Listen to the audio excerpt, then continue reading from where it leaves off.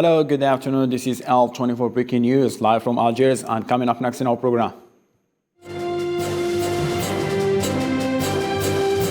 South Korea reinstates distancing curbs amid sparking COVID-19 cases, months after lifting them and living with COVID-19 policy.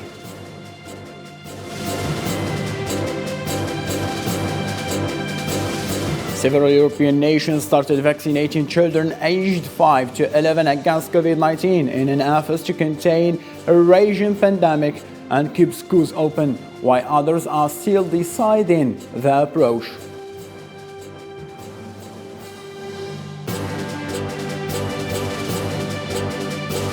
President Joe Biden pledged that the federal government will help Kentucky with 100% of its costs related to the tornadoes for the first 30 days.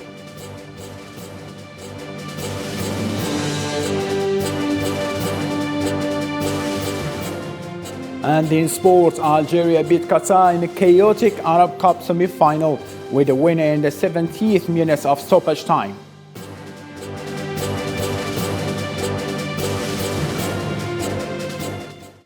Hello again, those were today's headlines. First, in our top stories, as a state visit to Tunisia, Algerian President Abdelmajid Tebboune was warmly welcomed by his Tunisian counterpart. The visit aimed to strengthen brotherly relations of the two countries, as well as developing bilateral cooperation in diverse sectors. The visit was concluded with 27 agreements in various sectors. Algerian President Abdelmajid Tebboune was warmly welcomed by his Tunisian counterpart, Kais Saied. The first state visit of the Algerian president comes after the invitation of the Tunisian head of state. The Algerian president listened to the Algerian and Tunisian national anthems as they were followed by 21 cannon salute. The protocol of the Algerian delegation was followed by Tunisian presidential knights to the Palace of Carthage.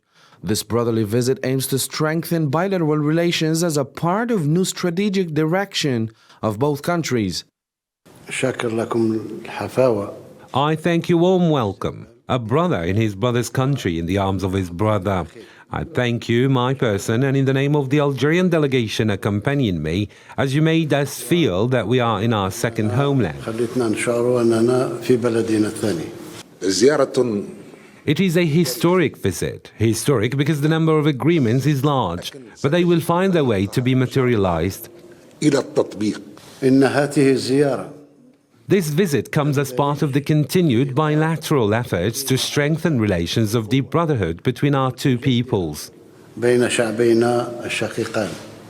leaders signed 27 agreements in diverse sectors of endeavor, including justice, public institutions, communication, and a list of sectors that can take cooperation and development between the two countries to a privileged status during the ceremony on Wednesday at Carthage Palace in Tunis. President Kais Saied awarded President Abdelmajid Tebboune the National Order of Merit Medal in Tunis for his efforts to achieve the aspirations of the Algerian people. The medal awarding ceremony took place on the sidelines of the dinner offered by the Tunisian president in honor of President Tebboune and the accompanying delegation. I express my deep satisfaction for what our bilateral discussion concluded today, which resulted in fortifying our bilateral efforts in diverse sectors, hoping to reach economic fusion and unity horizons. In a joint press conference, the Tunisian and Algerian presidents indicated the convergence of respective views on a number of regional and international issues, including the Libyan file. Regarding the Libyan matter, our two countries have similar and unified position. This case has unfortunately become an international issue, and it's indeed most unfortunate that Libyans are excluded from the meetings on the issue. This is the cause of the free Libyan people, and there is a common position between our two countries regarding foreign interference, which further complicated the Libyan matter. The two leaders welcomed the agreements that were reached during this visit, calling for accelerating the holding of next bilateral events. It's worth recalling that the President of the Republic concluded his two-day state visit to Tunisia and flew back home waiting for the future cooperation deals to be materialized soon. And to dig more in this strong relationship, let's follow this special report by Nabil Khazini, who take us into an Algerian-Tunisian bilateral relations throughout history. Strong relations have always bound Algeria and Tunisia since the independence of the two countries. Tunisia was the first nation to sign the Treaty of Fraternity and Concord with Algeria in 1983. Algeria, after its independence, was associated with a number of economic partnerships with Tunisia, including the pipeline plans linking Algeria to Italy via Tunisia. $1.25 billion represents the number of trade exchanges between the two countries in 2020, which makes Tunisia one of the most important economic partners to Algeria. Algeria, according to President Tebboune, renewed the commitment of the two sides to continue to combat terrorism by activating all mechanisms on their borders, given that the security and stability of Tunisia is part of Algeria's. President Tebboune has repeatedly said that what affects Tunisia also affects Algeria, and that whoever seeks to harm Tunisia's security will find Algeria on the watch, stressing that Algeria does not accept pressure on Tunisia from the outside. The current Tunisian president, Kais Saied, declared that Tunisia and Algeria share one future, one destiny, and both countries have identical positions, share the same interests, and brotherly relationships will always bind Algeria and Tunisia. In the fight against the coronavirus, Algeria declared it would share its parts of the vaccines with Tunisia. Algeria also offered several oxygen generators when the sanitary crisis was at its peak in the two countries. Today, through the visit of the Algerian President Abdelmajid Tebboune to Tunisia, Algeria and Tunisia aspire to strengthen and diversify their relationships. President Tebboune's visit to Tunisia comes in response to President Kais Saied's visit to Algeria last year, in a first appearance after his election to be a president of the country, a step from the Tunisian president that comes as an expression of the depth of the relations between the two brotherly countries and between the Algerian and the Tunisian people. Venezuela commemorates the 191st anniversary of the last proclamation of the hero of America Latina Libertador Simón Bolívar, which took place in Square Simón Bolívar in the capital Algiers, with presence of ambassadors, diplomats, and high-rank officials. This celebration reflects the deep relations between Algeria and Venezuela. Algeria celebrates the 191st anniversary of the last proclamation of the hero of America Latina, Simón Bolívar, by building a memorial dedicated to the Venezuelan hero and naming the street after him. In an exclusive statement to Al-24, José de Jesus Sojores, ambassador of Venezuela to Algeria, expressed his joy and pride of the strength of the bilateral relations between the two countries. It's a great honor that our brother Algerians decided to build this special square for Simón Bolívar in this beautiful and symbolic place in the capital Algiers, which unites the spirits of our people. We also have a special square built for El Emir Abdelkader in the capital Caracas, in front of National Pantheon of Venezuela. Every time we pass by it, we feel so happy and proud for having such a monument in our country.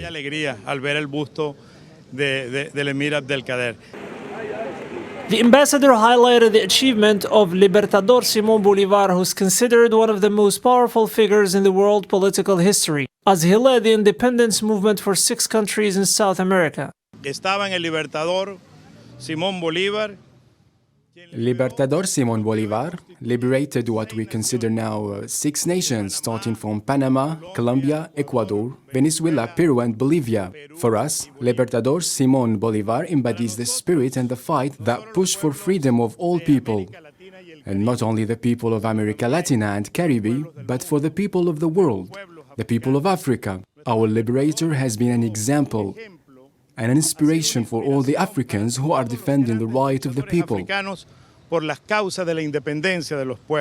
The Venezuelan City Council of Mérida granted him the title of Liberator of Venezuela, which Caracas ratified in the same year, becoming an honorary title associated with him for the rest of his life.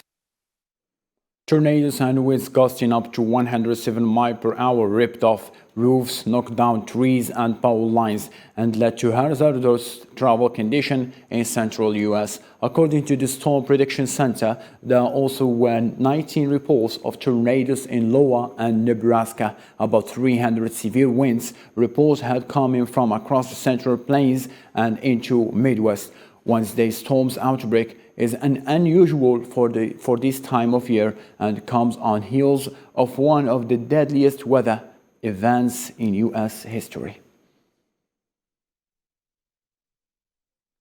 A series of deadly tornadoes tore through Kentucky and neighboring states over the weekend, killing at least 88 people. President Joe Biden is pledging to do all necessary to help the tornado-hit states recover and rebuild. Zara Farjani reports.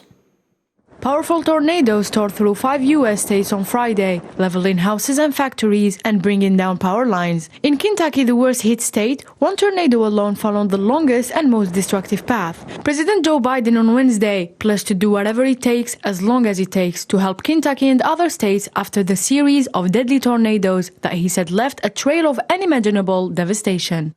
For years and years, as U.S. Senator and then as Vice President, I come from Delaware, we have a lot of serious storms, hurricanes, oceans rising, a whole range of things. But you know what?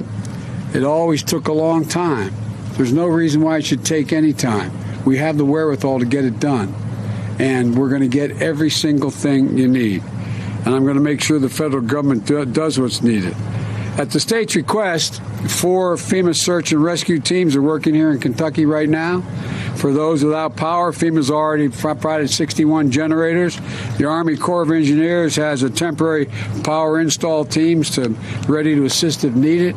Biden spoke of the stress felt by victims of natural disasters, such as the weekend storms that swept across 8 states, and said it was urgent that people be moved from emergency shelters in order to prevent the spread of COVID-19. The greatest threat from tornadoes is typically in spring and summer, and although tornadoes can happen at any time of the year in the US, it is incredibly rare for twisters as destructive as those that struck on Friday to occur in December. Due to the increasing number of infections and severe cases of COVID-19, South Korea announced to impose new restrictions on Thursday, including strict curfews in business sectors and tightened social distancing. The restriction came after South Korea's attempt to work on a living with COVID-19 policy, which aimed at easing pressure on citizens. However, healthcare workers have been pushing for the new curbs, with doctors and nurses on Monday describing battlefield scenes at Seoul's hospitals. The UK Prime Minister Boris Johnson urged the public to giving up Macron both barrels by getting a booster jab, as his top health officials warned big numbers of patients would be heading into hospital after Christmas. England's Chief Medical Staff Officer Chris Whitty told people to scale back their Christmas events and warned that Omicron is going to be a problem after daily COVID cases rocketed to their highest ever level and government scientists called for fourth restrictions. The wave of Omicron continues to roll in across the whole of our United Kingdom, with over 780,000 COVID cases today, the highest ever daily number reported. The United Kingdom has recorded its highest daily coronavirus cases since the start of the pandemic. With the new highly transmissible Omicron variant of the virus, 11 million people have now tested positive in a country of total population of 67 million. More with Nabil Khazini to be clarified. This is a really serious threat at the moment. How big a threat? There are several things we don't know, but all the things that we do know are bad. And the principal one being the speed at which this is moving. It is moving at an absolutely phenomenal pace, and therefore between the time that it first starts to really take off in a way people will be able to see and the point when we get to very, very, very large numbers will be quite a short one, and that I think is part of the issue. In an effort to contain a fast-spreading pandemic and keep schools open, several European nations started vaccinating children aged 5 to 11 against COVID-19. Croatia, Germany, Greece, Hungary and Spain are among those opening up their vaccination drivers to younger kids. Some European cities plan to administer kids jabs in museums and zoos, while others considering mobile vaccination terms outside schools.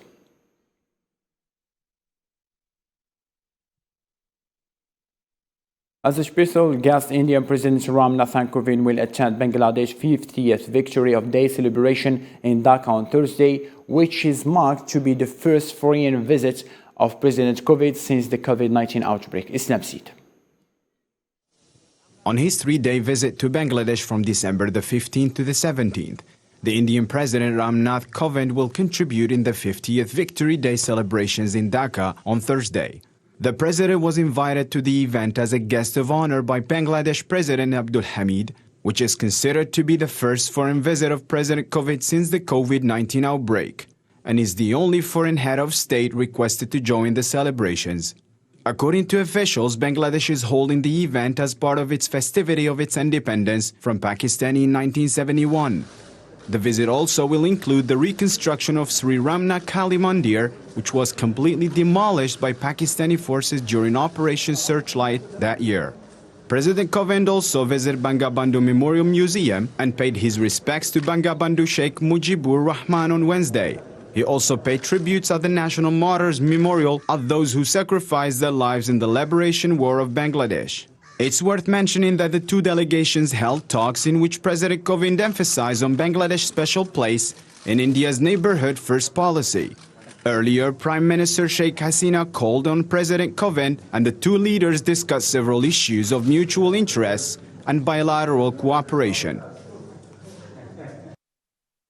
Brussels hosts the Eastern Partnership Summit, which include on one side the European Union and on the other side 6 Eastern European countries: Ukraine, Moldova, Belarus and Georgia, Azerbaijan, as well as Armenia, amid rising tension between Russia and Ukraine. Let's follow this report.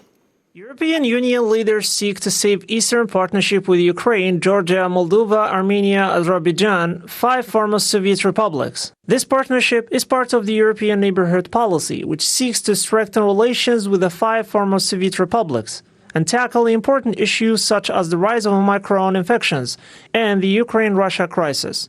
In this regard, Ursula von der Leyen, President of the European Commission, reiterated the European Union's support for Ukraine's sovereignty and territorial integrity, and expressed Europe's readiness to respond firmly to any further Russian aggression. About the Russian military buildup along Ukraine's eastern border.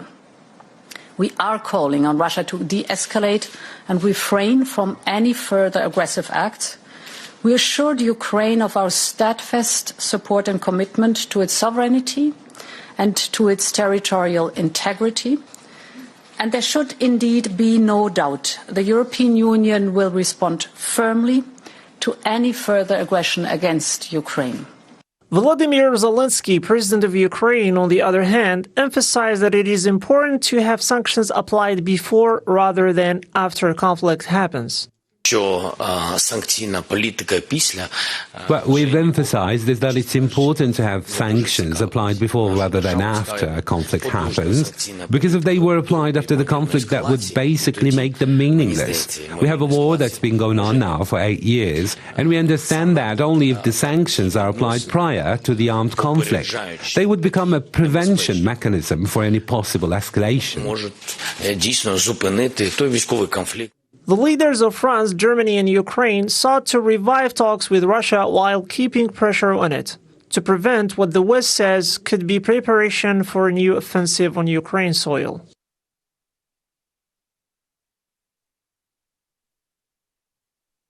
Forces in the next Dutch ruling coalition as Dutch parties agree coalition deal. A coalition government is to be built ending 9 months of negotiations to tackle thorny problems. On what followed, this report will be clarified. After more than 9 months of waiting, a new government in Netherlands is to be built. The 4 parties in the current center-based coalition have decided to renew their collaboration as Prime Minister Mark Rutte is set to begin his 4th term as the head of 4-party coalition government. Yes, as negotiators we came to an agreement, but of course it still needs to be presented to our parties and debated in the House of Representatives. The same 4 parties that made up the previous governing coalition, which are Rutte's conservative VVD party, the pro-European D66, the centre-right Christian Democratic Appeal and Centre Christian Union, have again negotiated a deal to form the next Dutch government. I believe we have a good agreement to the end. It comes down to implementing it and putting it into practice. The deal contains a strong national push for using zero-carbon energy, with a decision to extend the life of nuclear power station in Brussels and construct 2 more. The Netherlands will build 2 nuclear power stations before 2015, aiming to signal a fundamental change in energy policy and to keep a transition to a carbon-neutral economy on track climate goals, according to the new government's coalition agreement. Iran United Nations Nuclear Watchdog Agency announced that they have reached an agreement on one of the most serious outstanding verification issues between them, offering a possible breakthrough in negotiations here over Iran's nuclear program. In reports confirmed by the International Atomic Energy Agency, government-affiliated Iranian news agencies said that Tehran had voluntarily agreed to allow the International Atomic Energy Agency to replace monitoring cameras that were damaged by an alleged Zionist sabotage strike that last summer at facility manufacturing components for advanced uranium centrifuges. Germany's new government of center-left Social Democrats, Greens and business-oriented Free Democrats has vowed to then make more progress, but they still face some challenges regarding many sectors of endeavor. Nadia Kasmi on what follows.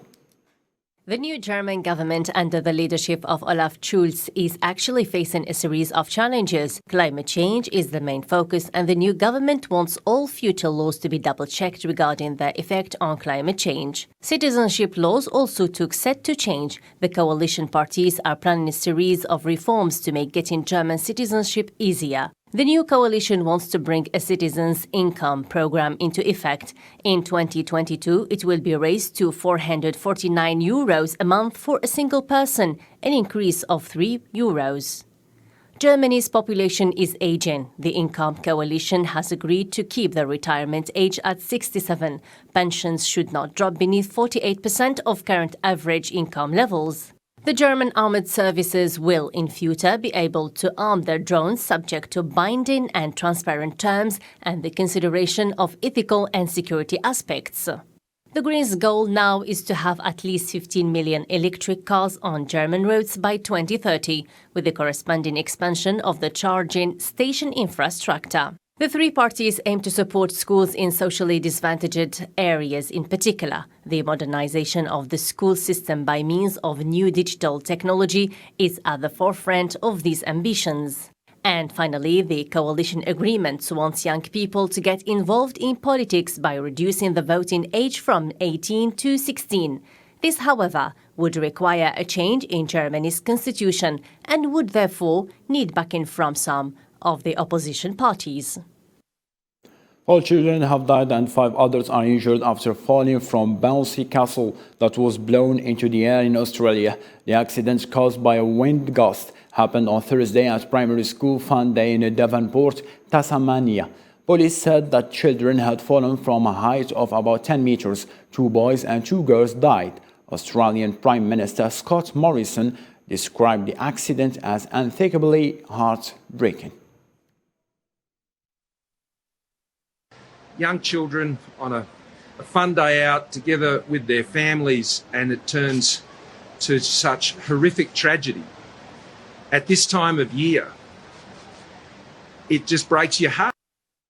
9 people were killed on Wednesday after a private aircraft crashed while making an emergency landing at Las American Airport in Santo Domingo, the Dominican Republic's capital. The flight was en route to Florida from La Isabela International Airport in Dominican Republic when it made the emergency landing and crashed just 15 minutes after takeoff.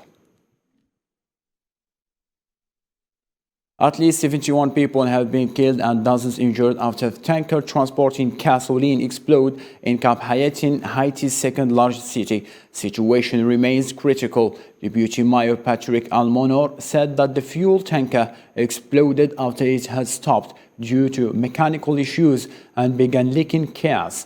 People gathered to collect fuel directly from the truck when the explosion occurred. The damage to the city is extensive. According to the deputy mayor, nearly 50 houses impacted by the fire, and most of them will need to be demolished. Tens of thousands of people have been forced to flee their home in Philippines as one of the year's strongest storms made landfall in the island nation's mid-eastern regions. More in this report.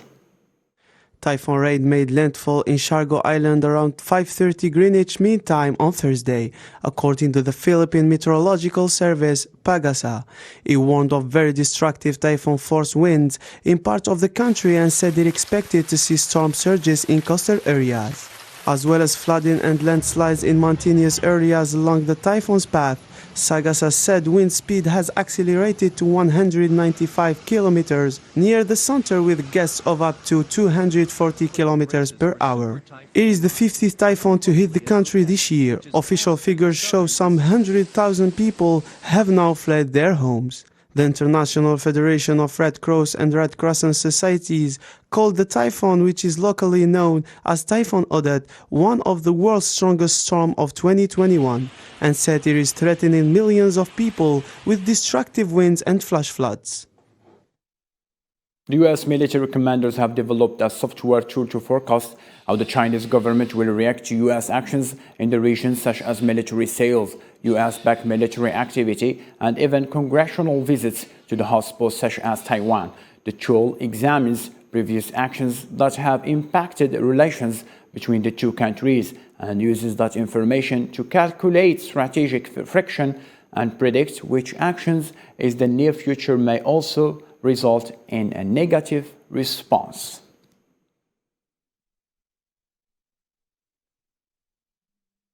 The Colombian government's response to nationwide protests between April 28th and the 31st of July of this year was characterized by serious violation of human rights, and at least 28 of 46 confirmed death resulted from the actions of the police. The United Nations said in a report released Wednesday the study is drawn from more than 600 interviews with victims and witnesses and nearly 900 conversations with officials at all levels and representatives of NGO, the group of organized protest and business community. To sport now, where Algeria defeat Qatar 2-1 in a wild Arab Cup semi-final after Belhamri. Jamal gave the Algeria lead over host Qatar in 6 minutes, and that goal looked like it would be enough to send the Algeria Warrior to the final. Indicate there would be 9 minutes of stoppage time. Qatar took advantage as Mohamed Montari headed home of dramatic equalizer in 97 minutes. Algeria gained the penalty kick in the 105th minute. Belaili saw his initial spot kick saved by Put. The rebound right the clock on the time. This is the first thing, the most important thing. You know, we know that it will be a tough game. When you play this season system like this, they just wait you to go as a counter-attack. And you know, our player, they was very tired. So in the last 20 minutes, I know that it will be very tough, especially physically. But they fight like a warrior, and this is Algeria. So we are very happy for the fans, for Algeria. And we have a beautiful derby in the final. I think we are the only team who played the big games. We play Morocco, we play Egypt, we play Qatar, the champion of Asia. You know, to play 6 games in 17 days is very, very hard. And I'm very congratulate the player. They have a very good heart. But I'm very not happy about the referee today. About the 9-minute extra time. Something amazing. It was like extra time. But alhamdulillah, kulosh min Allah. To this end, our dear viewers, let's have a reminder of our main top stories.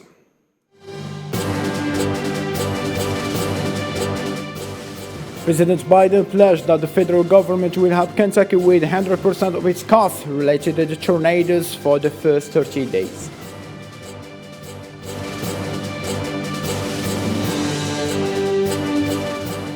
South Korea reinstates distancing curbs amid spike in COVID cases months after lifting them under living with COVID-19 policy.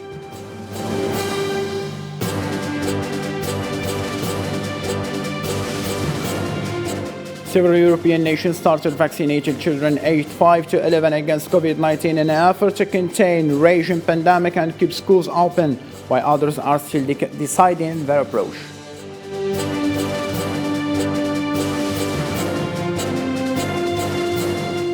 Algeria beat Qatar in a chaotic Arab Cup semi-final with winner in 70th minutes of stoppage time.